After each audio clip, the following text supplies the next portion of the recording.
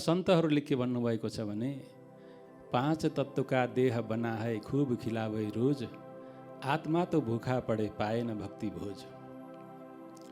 यो 5 तत्वको शरीर त सबैले लिएर आए र यो 5 तत्वको शरीरलाई भोजन गराउनको लागि सबै होशियार छन्, सबै चतुर छन्, सबै चलाक छन्। बिहान दिउँसो साँझ टाइम मिलाएर खिलाइन्छ पिलाइन्छ। तर आत्मा त भूखा पढे पाएन भक्ति भोज। तर यो आत्मा चाहिँ भोकै छ। यो आत्माले भक्ति रूपी भोजन यो आत्माको लागि चाहिने हो, सत्सङ्ग रूपी भोजन चाहिने हो। यो चाहिँ सबैलाई उपलब्ध छैन र हाम्रो सन्त महात्माको कृपा, गुरु महाराजजीको दयाले गर्दाखेरि हजुर हामीलाई आज यो सुलभ भएको छ। आदरणीय सज्जन महानुभावहरू, प्रत्येक भजनमा यस्ता रहस्यका कुराहरू छन्। गुरु महिमा अपरम्पार भनेर हामीले सुन्दै थियौँ। गुरु महाराजको कृपा भयो भने मात्रै हामीले यो ब्रह्मज्ञानसँग यो आत्मज्ञानसँग जोडिन पाइन्छ। हामीलाई धर्मशास्त्रमा के बताइएको छ भनेदेखि, जन्मना जायते शूद्र संस्कारा द्विज उच्चते, वेद पाठी भवेत विप्र ब्रह्म जानन्ति ब्राह्मण। जन्मना जायते शूद्र, जन्मिँदाखेरि सबै शूद्र भएर जन्मेका हुन्छन्। त्यो चाहे ब्राह्मण कुलमा होस्, चाहे जुनसुकै कुलमा जन्मेको होस्। तर संस्कार द्विज उच्चते, संस्कारले मात्रै द्विज हुन्छ, दोस्रो जन्म हुन्छ। गुरु महाराजजीको कृपा भयो भनेदेखि मात्रै, गुरु महाराजजीको सानिध्यबाट मात्रै दोस्रो जन्म हुन्छ, द्विज जन्म हुन्छ। आत्माको जन्ममा प्रवेश गर्न पाइन्छ। र हामीलाई शास्त्रले के पनि बतायो भनेदेखि, वेद पाठी भवेत विप्र, जति पनि वेद पाठ गर्नेहरू छन् तिनीहरूलाई विप्र विद्वान त भन्न सकिन्छ, तर ब्राह्मण भन्न सकिँदैन। किनभने ब्राह्मणको लागि ब्रह्म जानन्ति ब्राह्मण। यदि ब्रह्मलाई जानिएको छैन भनेदेखि ब्राह्मण भन्न सकिएन।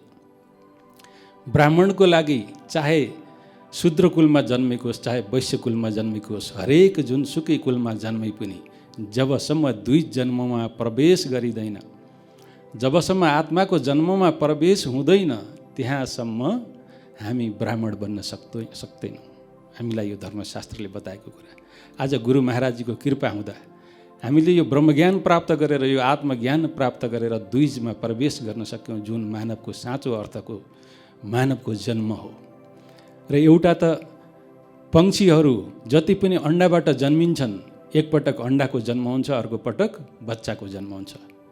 त्यसै गरी मनुष्यको एकपटक यो शरीरको देहको जन्म हुन्छ, अर्को पटक आत्माको जन्म हुन्छ। र आत्माको जन्मको लागि हामीलाई जन्मको भाग्यको उदय भयो भने मात्रै, त्यस्तो सन्त महापुरुषको सान्निध्यमा गएर मात्रै हामी आत्माको जन्ममा प्रवेश गर्न सकिन्छ। र त्यसैले हामीलाई श्रीमद् भागवतले बताएको छ, भाग्योदयेन बहुजन्म समर्जितेन सतसङ्गमेव लभते पुरुषो वेदावै, अज्ञान हेतु कृत मोह मदान्धकार नासम विधा यही तदुदयते विवेक। जन्मको भाग्यको उदय भयो भने अनि मात्रै त्यस्तो व्यक्तिलाई सतसङ्गमेव लभते पुरुषो वेदावै, त्यस्तो व्यक्तिलाई मात्रै सतसङ्ग प्राप्त हुन्छ। र हामी जति पनि यो जुम प्लेटफर्ममा जोडिएका जिज्ञासुहरू छौँ, प्रेमी भक्तहरू छौँ, हामी सबै भाग्यवानी छौँ। किनभनेदेखि हामीलाई सन्त सद्गुरुको, गुरु महाराजजीको करुणा छ, कृपा छ, दया छ। सन्तहरूको विषय यति महान छ। एकपटक एकजना महात्माजी ज्ञान प्रचारको लागि जानुहुन्थ्यो। दिनभरि ज्ञान प्रचारको लागि सत्सङ्ग गर्नुहुन्थ्यो, अनि त्यसपछि फर्केर आफ्नो आश्रममा आउनुहुन्थ्यो। र यसरी जब गुरु महाराजजी महात्माजीले ज्ञान प्रचार गर्दा गर्दा के भयो भनेदेखि, त्यो राज्यका सम्पूर्ण जनताहरू नैतिकवान बने, चरित्रवान बने, विवेकशील बने। त्यहाँ चाहिँ कुनै जेल नेलको आवश्यकता परेन, सेना पुलिसको आवश्यकता परेन, र राज्यमा बडा सुशासन कायम भयो। यसरी सुशासन कायम भइसकेपछि राजालाई पनि बडा आनन्द लाग्यो। र राजाले ती महात्माजीलाई बोलाएर भन्नुहुन्छ, महात्माजी, हजुरले मेरो राज्यमा धेरै शान्तिको सन्देश फैलाउनु भएको छ। हजुरको सहयोगले, हजुरको साथले, हजुरको यो सत्कर्मले गर्दाखेरि मलाई धेरै आनन्द भएको छ।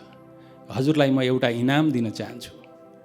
राजन, मलाई के इनाम दिनुहुन्छ? म त एउटा साधु महात्मा, मलाई त के को इनामको जरुरत छैन, मलाई मान सम्मानको पनि जरुरत छैन।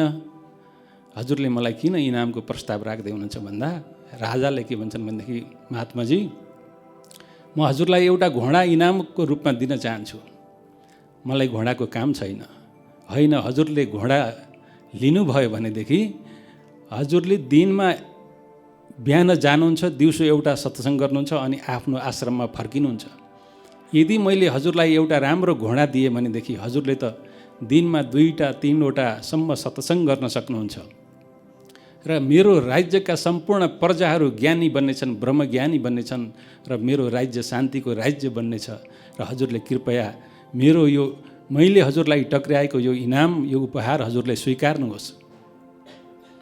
यसरी जब चाहिँ राजाको प्रस्ताव आएपछि महात्माजीले अब ज्ञान प्रचारको कुरा र यो शान्तिको सन्देश बाँड्ने कुरा, यो सनातन धर्मको प्रचार प्रसारको कुरालाई सुनिसकेपछि महात्माजीको मनमा पनि आयो, ठिकै छ, यो त राम्रो कुरा हो, आखिर मेरो स्वार्थको लागि त होइन, परमार्थकै लागि हो भनेर राजाबाट महात्माजीले घोडा लिनुभयो। र त्यो घोडा लिएर महात्माजी आश्रममा जाने अनि फेरि बिहान प्रातःकाल फेरि उठेर त्यो घोडा चढेर गाउँ बस्तीमा गएर बस्तीमा सत्सङ्ग गर्ने, ध्यान साधना सिकाउने र यो अभियान चल्दै रह्यो। र एक दिन महात्माजीको आश्रम त जङ्गलको बगलमा थियो र एक दिन के भयो भनेदेखि एउटा डाकु आएर महात्माजीको घोडालाई हेर्छ। अत्यन्त सुन्दर घोडा छ, अत्यन्त त्यो घोडाको चाहिँ नि सम्पूर्ण कुराहरू हेरिसकेपछि बडा लोभ लाग्छ त्यो डाकुलाई। र त्यो डाकुले के भन्छ भनेदेखि, महात्माजी म हजुरसँग केही कुरा माग्न आएको हुँ, के माग्ने इच्छा छ भन भन्दाखेरि मलाई हजुरको घोडा चाहियो। यो घोडा त मलाई राजाले इनामको रूपमा दिएको घोडा हो, मैले यो सत्सङ्ग प्रचारको लागि, ज्ञान प्रचारको लागि मैले बिहान बिहान सधैँ लिएर जाने गर्छु, बस्ती गाउँमा जाने गर्छु, यो घोडा मैले दिन सक्दिनँ। अनि डाकुले भन्दछ, हजुरले आज मलाई घोडा दिनुहुन्छ भनेदेखि ठिकै छ, होइन भनेदेखि कुनै दिन मैले यो घोडा हजुरबाट अवश्य पनि लिनेछु। र डाकु यति भनेर गयो र महात्माजीको आफ्नो निरन्तर सत्सङ्ग प्रचार गर्ने, ज्ञान प्रचार गर्ने कार्यक्रम चल्दै रह्यो। एक दिन महात्माजी जाँदै गर्दाखेरि बाटोमा एउटा कोड लागेको बिमारी थियो। त्यो कोड लागेको बिमारीलाई देखेर महात्माजीले घोडा रोक्नुहुन्छ र तिमी किन यसरी छटपटाइरहेका छौ, के भयो भन्दाखेरि मलाई कोडले परेशान गर्यो, मलाई बस्तीसम्म जानुपर्ने थियो तर म जान सकिनँ। त महात्माजीले के भन्नुहुन्छ भनेदेखि, सन्त त दयालु हुन्छन्। महात्माजीले त्यो कोडीलाई घोडामा बसाउनु भयो, तिमी यो घोडा चढेर हिँड, म पछि पछि हिँड्दै आउँछु। र त्यो कोडीको उद्धार गर्न थाल्नुभयो। घोडा चढिसकेर अगाडि गएपछि त्यो कोडीको बिमारीले के गर्छ भनेदेखि घोडालाई दौडाउँछ र आफ्नो त्यो मुकुण्डो निकाल्छ। उसले त एउटा कोड लागेको बिमारीको अभिनय गरेर त्यसरी खुनका पिपका धाराहरू बगाइरहेको थियो, तर वास्तवमा त्यो बिमार थिएन।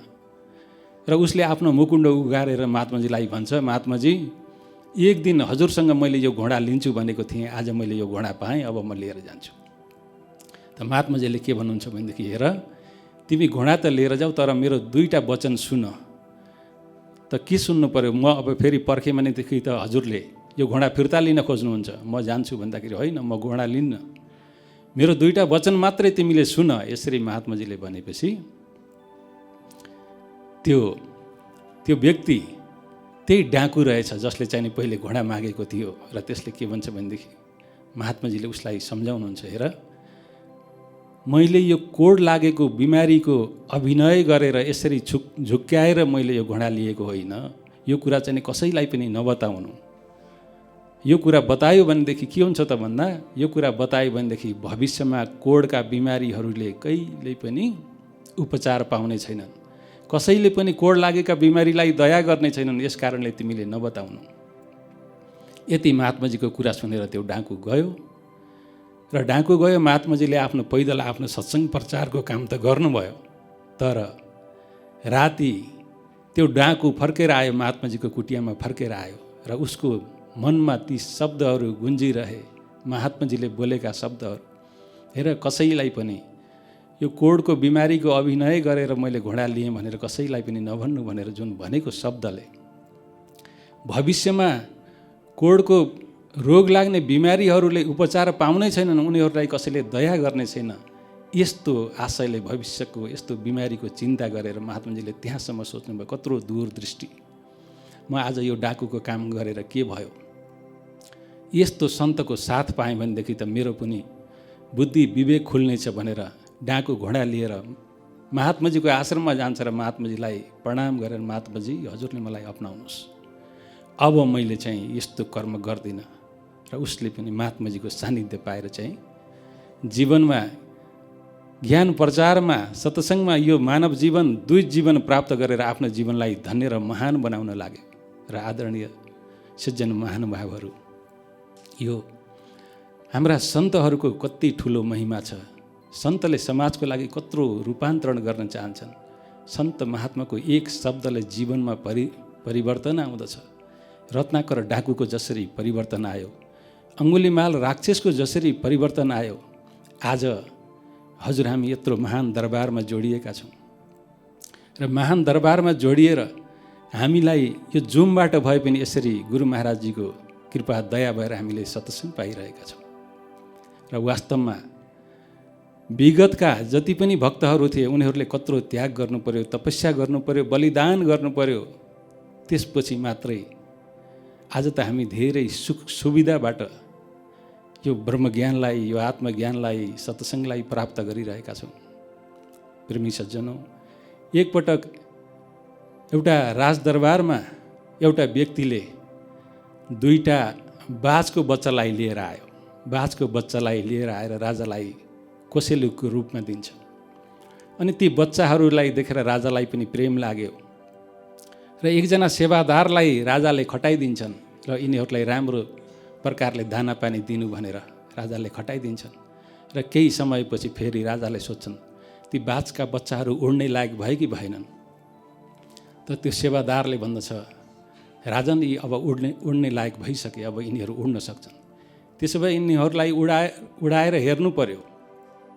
त उडाउँदाखेरि एउटा बच्चा आकाशमा धेरै माथिसम्म उडान भर्न सफल भयो र अर्को चाहिँ अलिकता थोरै उडान गर्ने बित्तिकै त्यहाँ नजिकैमा एउटा वृक्ष थियो, बाँकी सब खेती थियो, एउटा मात्रै रुख थियो, त्यो रुखमा गएर बस्यो।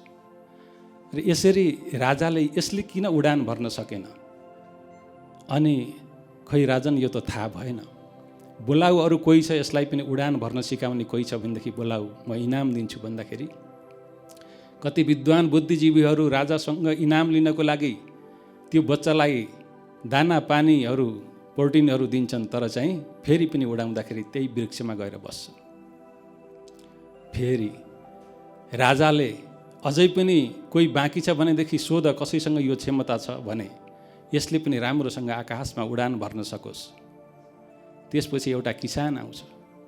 किसान आएर किसानले ती दुवै बच्चालाई फेरि एकसाथ उडाउँदाखेरि दुवै बच्चा चाहिँ आकाशमा उडान भर्न सफल भए।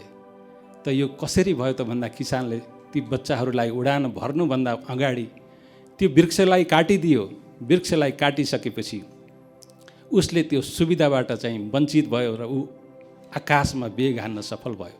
र धेरै हामी त आज धेरै सुख सुविधाबाट भक्ति गर्ने अवसर पाएका छौँ, तर लामो बेग हान्नको लागि, भक्तिको पराकाष्ठमा पुग्नको लागि, भक्तिको गहिराइमा पुग्नको लागि हजुर हामीले यो काम, क्रोध, लोभ, मोह, अहङ्कार रूपी यी शत्रुहरूलाई काट्दै काट्दै जब घटाउँदै जान सक्नेछौँ अनि मात्रै हजुर हाम्रो यो भक्तिको यात्रा, यो आत्माको साक्षात्कारको यात्रा, यो गुरु भक्तिको यात्रा हाम्रो सफल हुनेछ।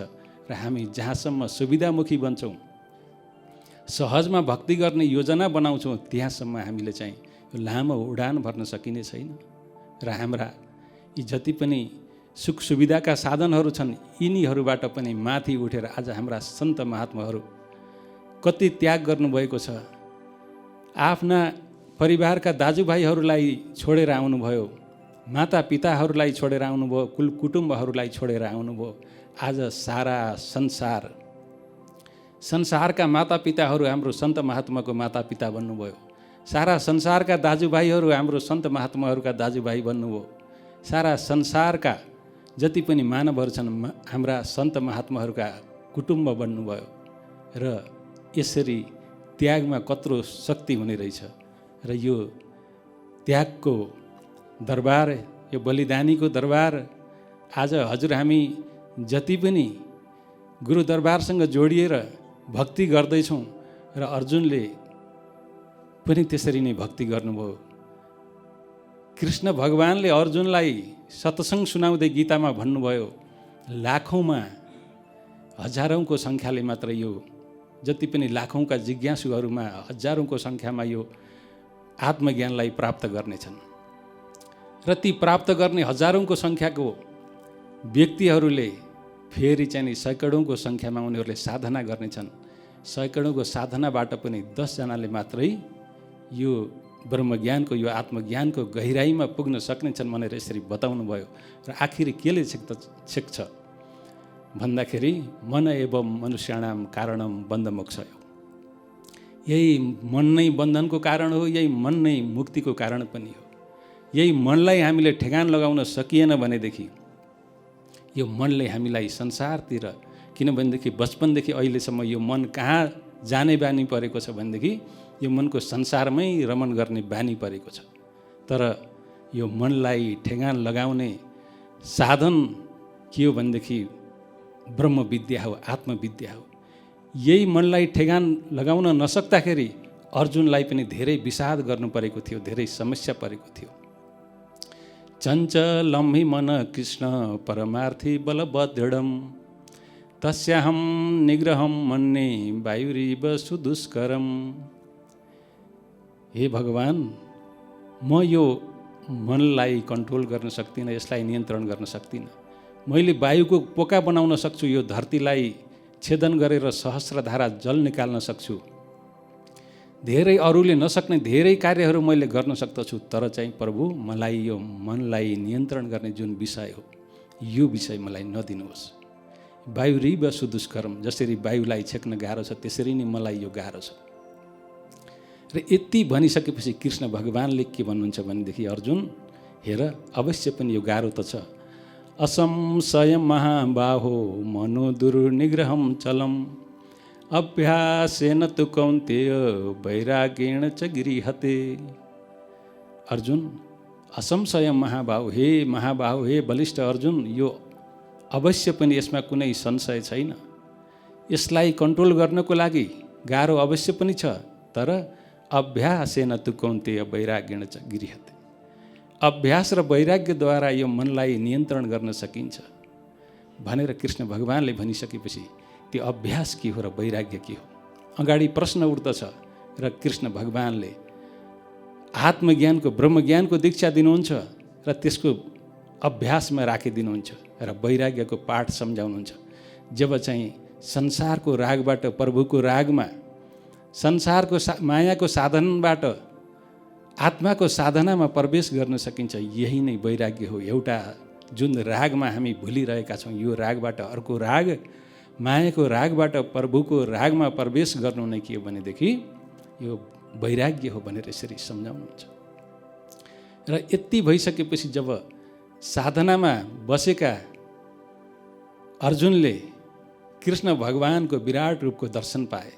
विराट रूपको दर्शन पाएपछि अब त्यहाँ सरेन्डर गर्नको लागि, त्यहाँ समर्पित हुनको लागि कुनै सिमाना रहेन, किनभनेदेखि उनले एक्सपिरियन्स गर्न सके, अनुभूत गर्न सके।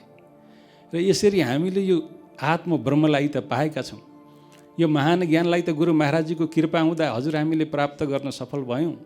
तर यसको चाहिँ साधना गरेर अनुभूतमा उत्रिन सकियो, एक्सपिरियन्स गर्न सकियो, यसको गहिराइलाई मापन गर्न सकियो भनेदेखि अवश्य पनि हामीलाई यो मनले, संसारका दृश्य प्रपञ्चहरूले, यो मायाको तनावले थोरै भए पनि हामीलाई अवश्य पनि फुर्सद दिनेछ। र अर्जुनले त्यो अवस्थामा फेरि एउटा प्रश्न गर्दछन्, हे प्रभु, हजुरले यत्रो महान ज्ञान मलाई कसरी दिनुभयो? मैले त हजुरलाई सामान्य एउटा मानवको हिसाबले सोचिरहेको थिएँ, हजुरले धन्य हो प्रभु मलाई यत्रो महान ज्ञान प्रदान गर्नु।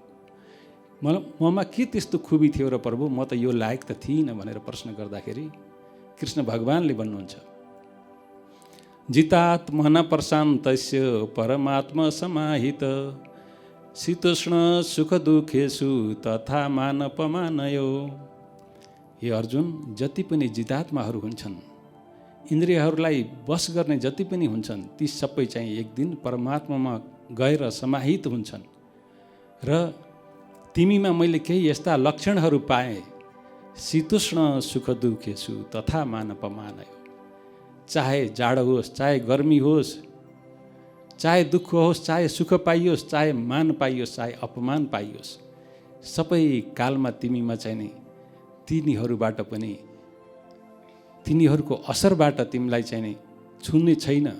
तिमीमा ती गुणहरू मैले देखिरहेको छु, ती लक्षणहरू मैले पाइरहेको छु। यस कारणले हे अर्जुन, मैले तिमीलाई यो महान ज्ञान प्रदान गरेको।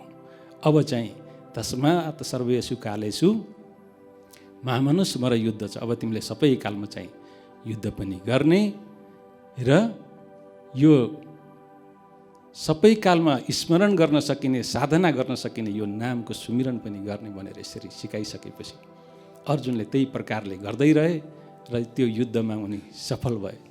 आखिर त हामी यो संसारमा आयौँ, यो संसारलाई छोडेर हामी जानै पर्छ, यसमा कुनै शङ्का छैन।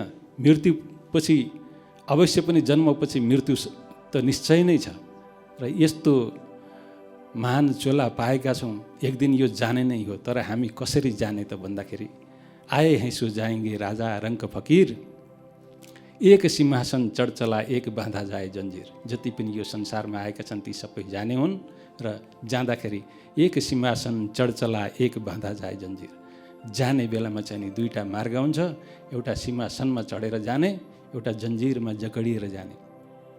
त आदरणीय सज्जन महानुभावहरू, हामीले पनि मार्ग तय गर्ने बेला आएको छ। किन यत्रो महान दरबारमा जोडिसकेपछि हामी पनि साधनाको गहिराइमा प्रवेश गर्न सक्नु पर्यो।